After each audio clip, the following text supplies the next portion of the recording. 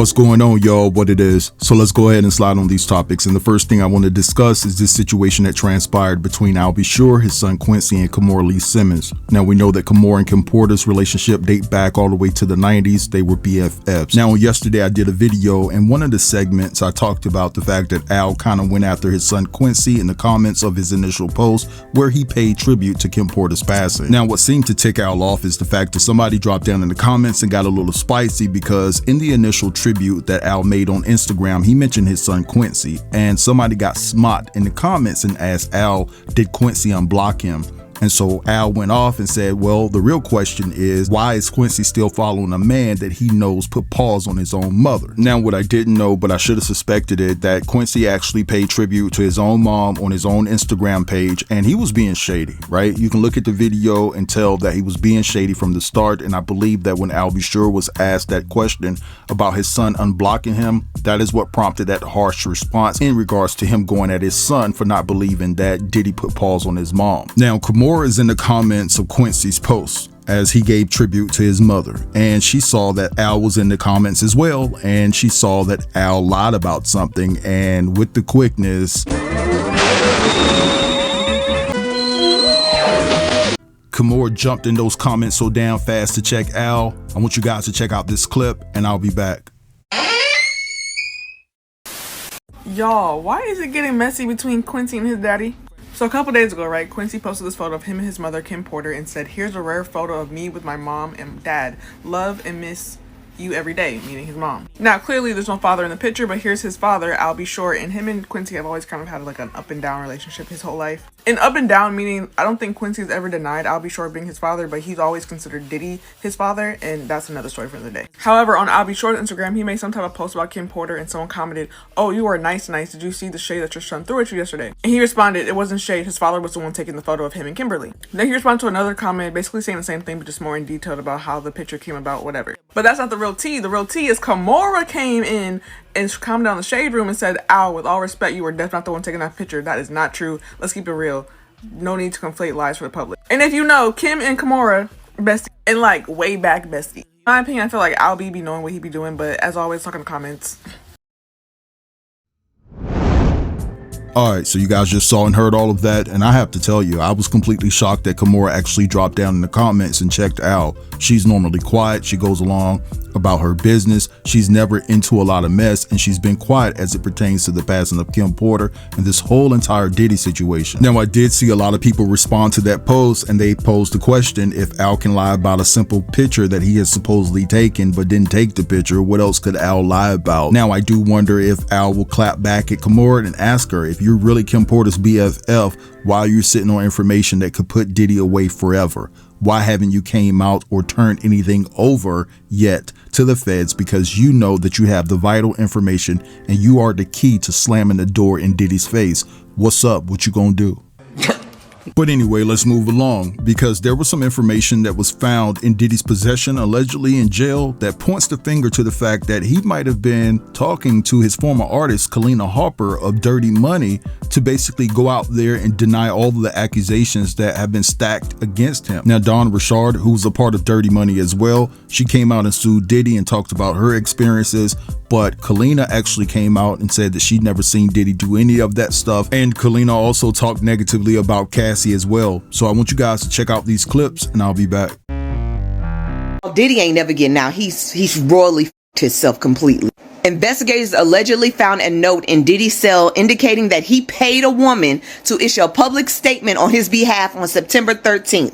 The same day Kalania, I think that's how you say her name, Harper, posted about him. But y'all remember when she made that statement talking about Don was lying? She never seen anything. She never seen Diddy hurt anybody. She never seen him go after Cassie.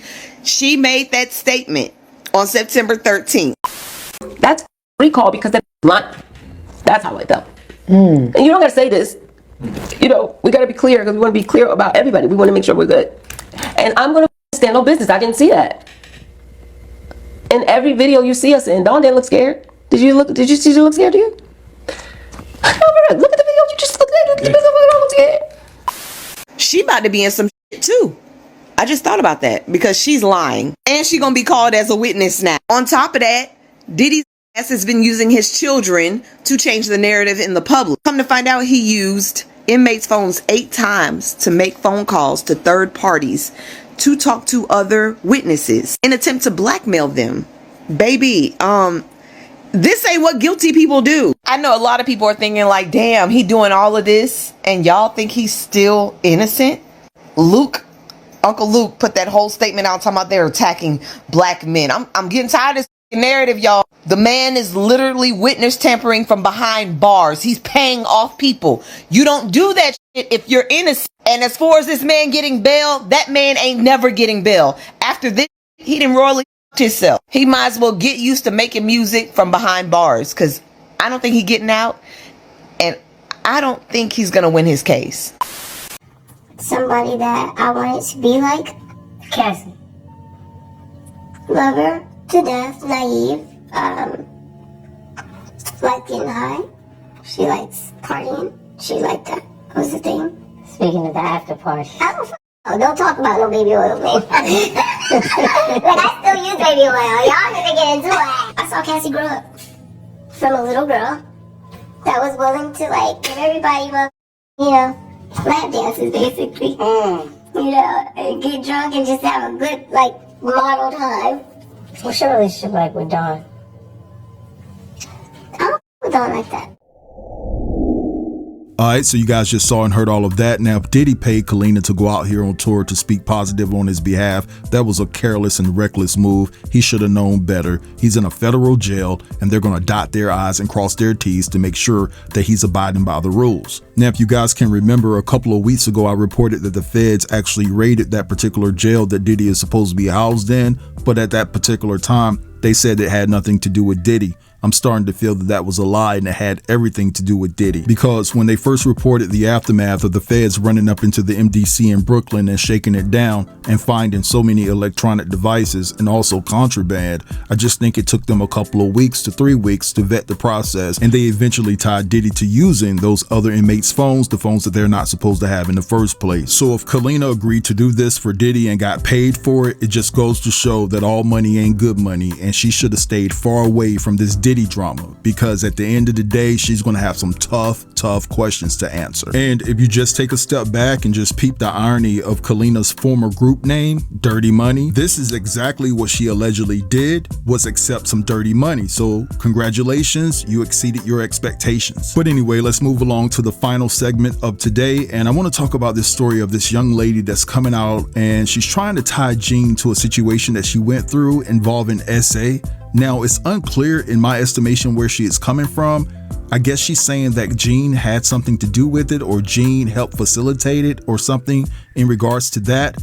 But it's a pretty dynamic story. Now, it seems as though that she put this story out about a couple of months ago, but here recently she just turned it into a series on her TikTok. And she's saying basically that Gene's hands are not clean. While you're out here talking about Diddy, you help facilitate some ish.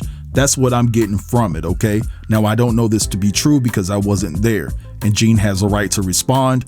I don't know if you guys have came across this story, but I'm gonna play it for you here. So sit tight and I'll be back. Y'all, let's revisit a story that I brought up in the past, and this is me regarding my SA incident that happened at the hands of Gene Deal. Gene Deal, yeah, Diddy's bodyguard. Let's revisit this story. Okay, so for those of you who missed my story time regarding Gene Deal, I'm going to actually make this a playlist, so it will play immediately after this. However, Gene Deal has been very loud and vocal, speaking out against Diddy and saying Diddy's such a bad person. And no, I'm not defending Diddy, but I am saying, okay, sir, you have been involved in some things too, and I personally know, because like I said, I'm 99.9% sure that the assault that I went through and the female who was laid out on the couch, who just magically disappeared, y'all gotta see the other videos. I said you were there, in my opinion. Freddie P, I appreciate you so much. And the Art of Dialogue, I appreciate you so much, because you guys just spoke on Gene Deal and said the same thing that I've been saying, confirming that I'm not losing my mind and I'm not clout chasing. This is what I said, and this is what happened based on my knowledge. Nobody get no clearance. Not Gene, not nobody. And I got respect for him, but y'all don't get no passes. Y'all was a part of that shit. We're not just gonna throw everything on Diddy. No, Diddy had accomplice. Diddy had friends. Diddy had people that was trying to prove that they wanted to be loyal to him. Where y'all at? And then Gene went on the Art of Dialogue and he tried to clear the air. Sir, no sir. Today, they mama then came out. Everybody and they mama then came out and said who did what. And I came out and I spoke on you, sir. Bullshit. Because I did. Excuse my French. So thank you guys so much, Freddie P. Thank you to the Art of Dialogue, and thank you to Choke No Joke for keeping my secret and keeping it between us. You were the first person that I actually shared that story with, so I appreciate you so much. But you guys, check out this playlist. It's going to be titled Gene Deal, and we're going to break down at least what I witnessed with my own two eyes, but we'll say it's alleged. We're going to break down exactly what Gene Deal was responsible for and how, in my opinion, you do have some things that you're hiding and you need to speak out on them. Not only that, I am so glad that Miss Janice Combs, if the tabloids are correct, they're saying that Miss Janice Combs is going to speak during Diddy's trial and she is going to bring your name up. What's done in the dark will eventually come to the light. Like, follow, share. Bye. Okay, you guys, where do I get started with this story? First, let me say it's really difficult for me to talk about because I was victimized. And I want to say I was victimized at the hands of Bad Boy, not Diddy. However, Bad Boy, and it came down to high-ranking people in the Bad Boy camp. Now, the reason why I'm bringing this up right now is because you guys have probably saw the story, but the girl is now saying that, well, the woman is now saying that she was taken advantage of in 2001 by Diddy and his security. Now, I personally know some stories about security people, and my story really has a lot to do with security people. And I'm bringing this up because, okay, there is somebody who is a part of the Diddy takedown who has been very loud and very vocal about Diddy's wrong. I have nothing to do with any of this. However, I myself am 99.9% sure that you were there the night that I was taken advantage of, and I want to say that I feel that you had something to do with it.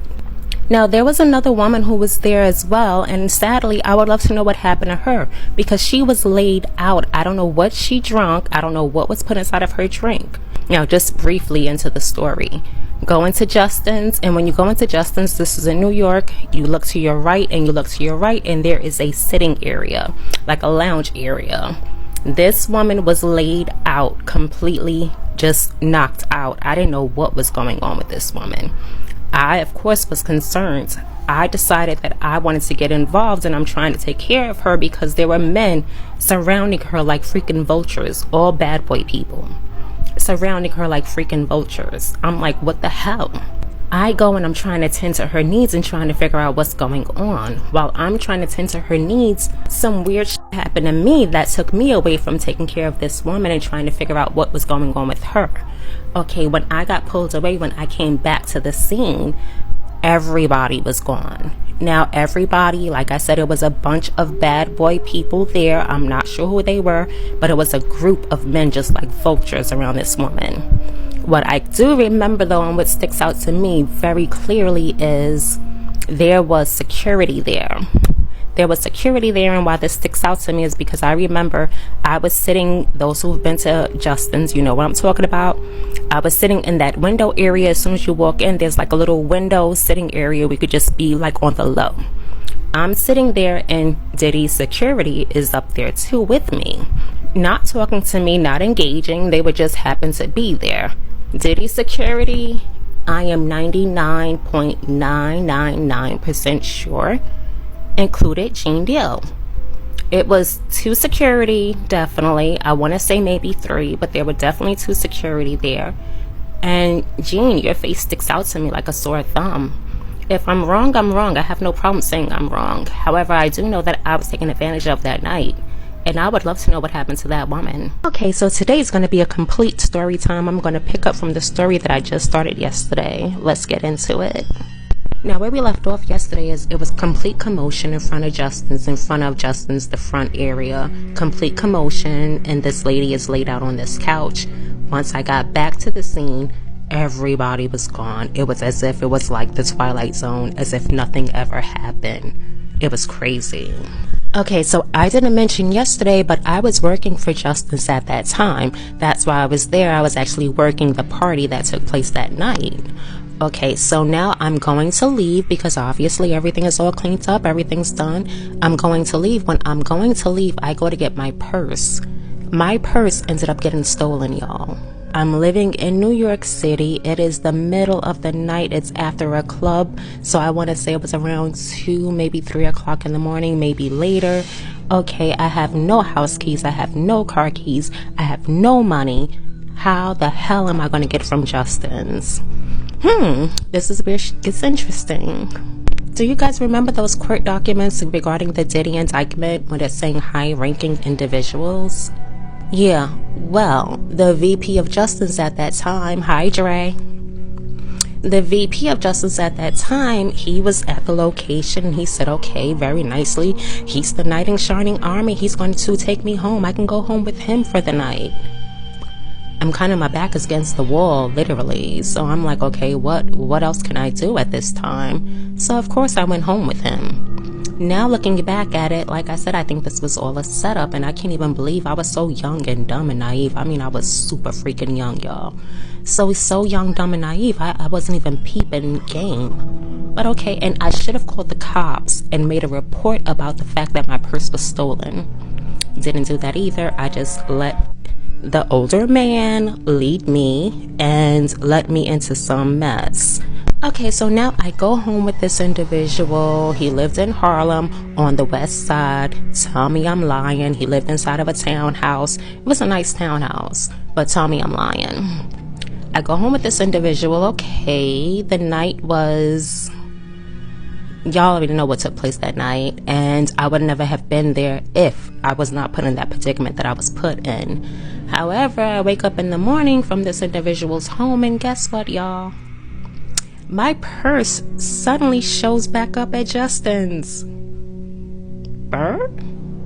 Okay, so the VP, Dre, tells me that he received a phone call from Justin's and my purse miraculously just shows back up. He drove me down to Justin's to pick up my purse, pick it up, I go home. That was pretty much the end of that. Do you guys not find it funny that somehow, some way, somebody took my purse by mistake? So they're saying.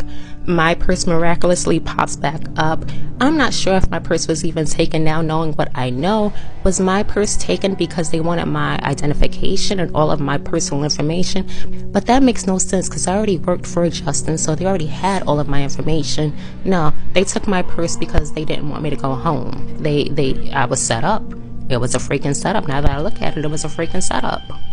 So after I got my purse back, okay, we started dating. I wish I wouldn't have, but I'm glad I did because it's given me the experience that I can now share with you guys. But we started dating for a while. This man was way older than me. I want to say at least 20 years older than me, probably, more than likely. And it became a control mechanism. And it's kind of weird because it was like the same control that Cassie said that Diddy was doing with her is what I was receiving. So I'd be at work and he'd just pop up randomly and he'd send me home. If certain people were at the establishment, he didn't want me around them. He'd send me home. What he would also do is if I had on certain clothing or certain items that he didn't approve of, nothing was wrong with them. But if he didn't approve of them, he would make me put on men button up those white shirts that men wear. Like when they're waiters, he would make me put on these white shirts. It became so overwhelming. It was just like I just had to leave. Like I said, I was there for about a good 60 days, I want to say. But it just became so overwhelming just dealing with the control mechanism that he was putting on me that I just had to sit up there and leave. And that's my Diddy story with high power individuals and security. And you cannot tell me, sir, that you were not there that day. And that's just what I'm saying. I'm just saying. Like, follow, share. Bye.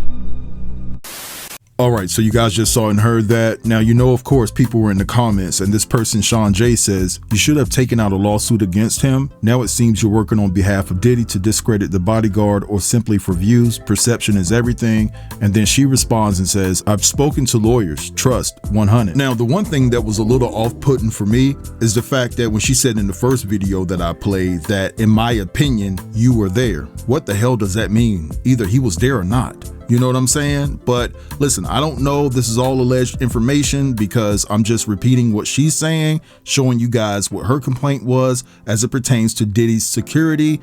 And so I want you guys to drop down in the comments and let me know what you think about everything that I discussed within this video. Don't forget to like, comment, share, and if you're new here, consider subbing to the channel. I'll get with you guys later. Peace.